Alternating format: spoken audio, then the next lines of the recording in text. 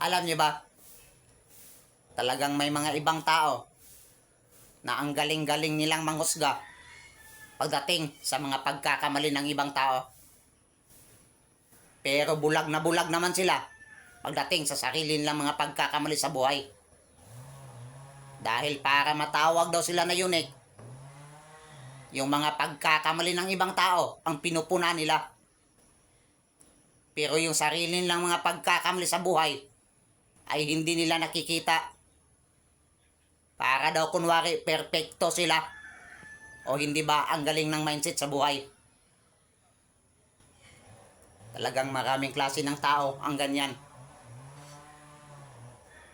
Na naghuhugas ng kamay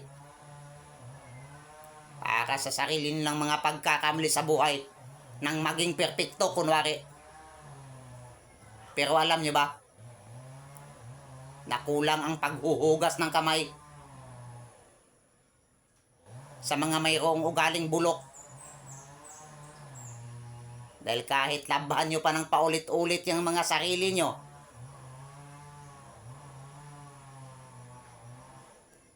kapag bulok naman yung mga ugali nyo, ay hindi talaga kayang linisin yan ng kahit ano pang klaseng sabon.